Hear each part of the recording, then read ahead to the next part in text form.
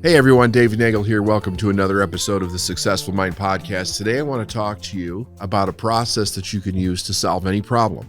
Most people go through life solving problems based just on the evidence of whatever, say, the circumstance or the problem is presenting in their life, which usually is, here's some physical evidence of a problem. I had a problem that I experienced in the early 90s that I viewed this way, and basically what it was a bankruptcy, right? So in 1991, 92, I don't remember the exact date on this, what ended up happening was I lost my job. I had no education. I couldn't get anything but a laborer's position. We ended up on food stamps for a period of time, and in fact did file bankruptcy. And that seemed like the only option at the time, because I was looking at the problem that we had, what I believed my ability to solve the problem was, which was not much. And that really caused us to be stuck in a situation where it seemed like the only solution is this terrible thing of having to file bankruptcy. I mean, that's just the way that it was at the time. But what I didn't know was that there was another way to see this problem, and that had I known that, I would have never had to file bankruptcy, and I could have changed the situation around on a dime, but at that time, I didn't know it.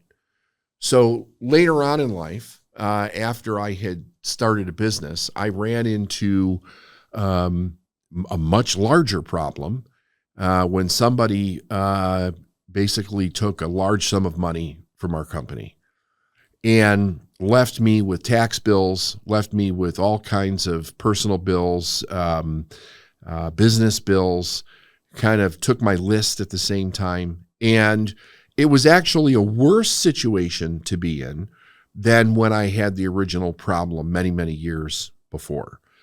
But I was able to solve this problem without going bankrupt and turn it around very, very quickly. And the question is, how did I do that? What was different? Did I have more skills? Were there things that I could do that were different?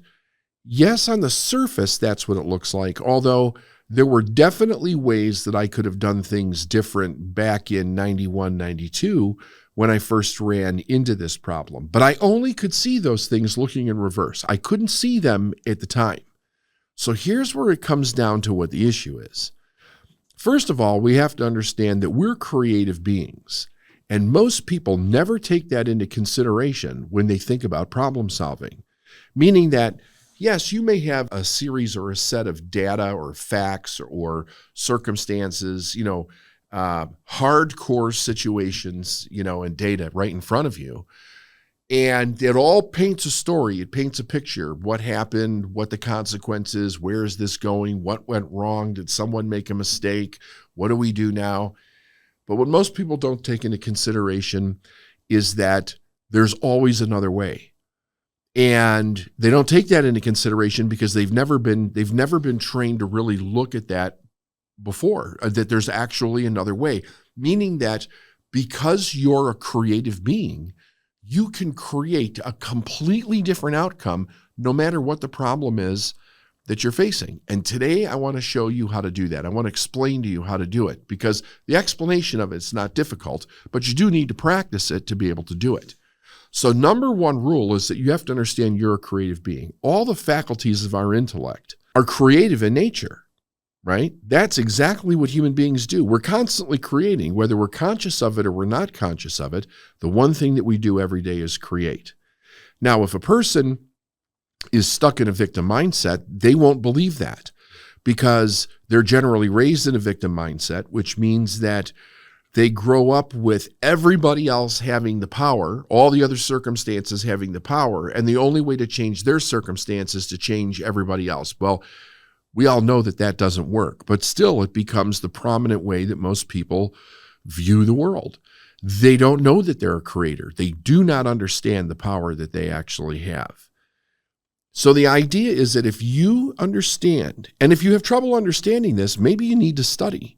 Maybe there's some information that you need to get your hands on to study so that you could really begin to understand what kind of a creator you are and how powerful you are. You can always contact our office and we can help you with that in whatever way that you're looking for help. Having said that, though, once you make the decision in your mind that you're a creator, that you literally can create your way out of any situation, everything begins to change. Now, one of the ways to understand that you're a creator is to understand the second part of this, which is that there's a law that governs all problems in life, and that's the law of polarity. Now, you've probably heard me talk about this many times before.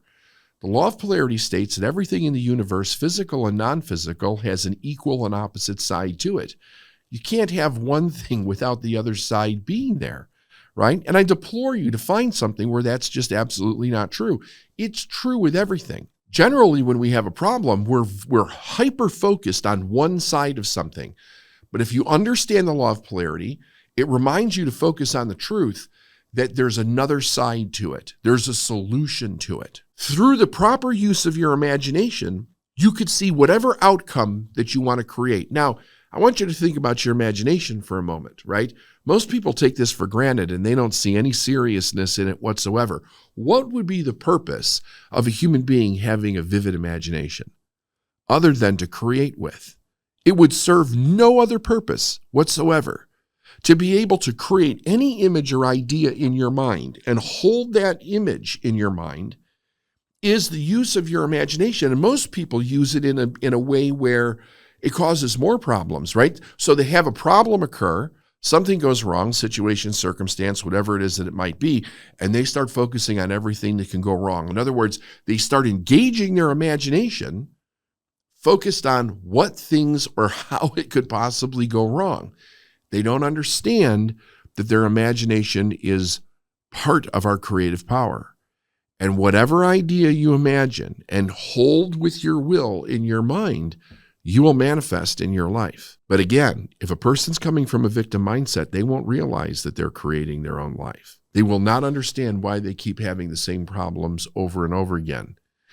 Now, just for a little clarity on this, that doesn't mean that you can change somebody else, but it always means that you have another way of actually responding to what happens. And it doesn't have to be limited to whatever kind of a situation somebody else puts you in. Let's start there. So now, if you have an imagination, you also have a subconscious mind. And the subconscious mind is what's connected to the infinite or God or spirit or the universe, whatever word that it is that you want to use to describe it. And when we take an image that we create in our conscious mind, right, say the image of a solution that we would like to have, and we impress that image on our subconscious mind, once we impress it on our subconscious mind only has the ability to produce whatever it is that's impressed upon it. And most people also don't realize you could ask your subconscious mind for help. You can literally look at a problem and ask your subconscious mind to come up with the solution to the problem, and it will come up with the solution to the problem every single time. So let me explain how that works.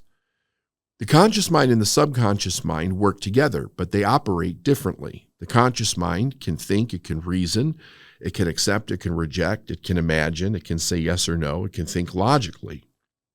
The subconscious mind can't do that. It can't think, it can't reason, okay? It cannot reject anything, it can only accept. And whatever gets planted in it will automatically manifest through the body in the life of another, of the individual who has the subconscious mind. But here's what people don't generally do. They don't give a command to their subconscious mind to actually solve a problem. Now, I know that some of you might think that this is completely silly, but you try it and you watch how it works. But there's a specific way that you have to do it. Number one, when you're trying to solve a problem, you don't want to tell your subconscious mind what not to do, okay?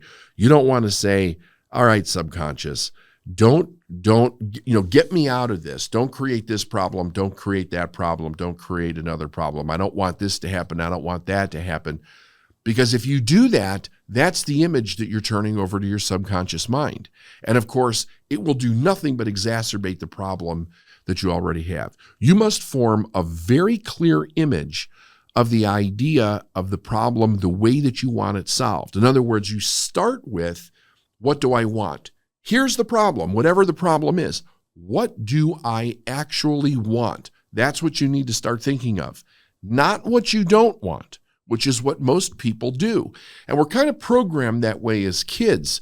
We're kind of taught, we're given direction a lot. Like, if you don't pass this test, you can't go out this weekend, right? If you don't pass this test, you can't be on the football team. If you don't do this, you can't do this, that, or the other, instead of people giving us more of the affirmative, like, if you do these things, you can have all these other great things in our life. It comes very reactionary to most people.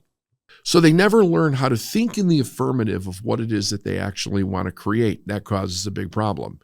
So let's go back. You have a problem, right? You understand there must be a solution. There's probably many solutions here. There's an infinite, right?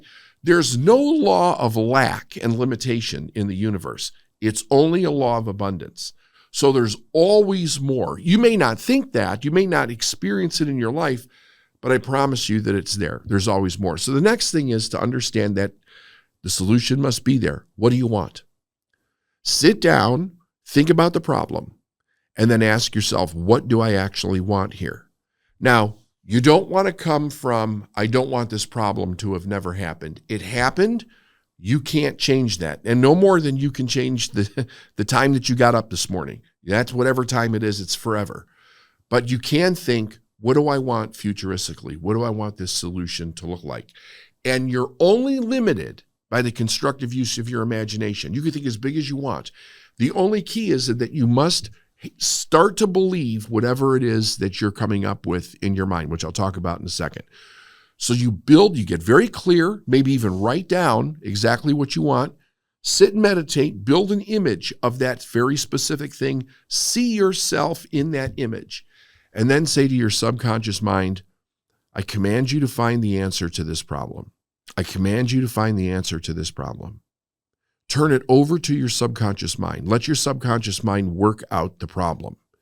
Once you're clear, once you give your subconscious mind direction to solve the problem, you can go on to doing whatever it is that you have to do, and you will find that the answers will come up in an intuitive hit inside of yourself. It'll give you an idea. It'll give you a direction. As soon as they start to come, write those things down. Now, for most people, the best time to do this is usually right before they go to sleep at night.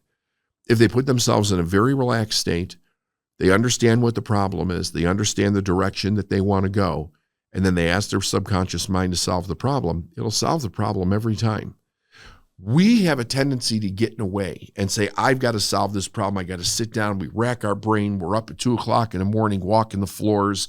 We're asking other people what we think, what do we think they think I should do? Like, it just turns into a damn mess the way that we usually go about it. And then we get limited, right? Sometimes we even ask experts and they're like, well, you better do this or you better do that, or if you mess this up, whatever. Forget all that.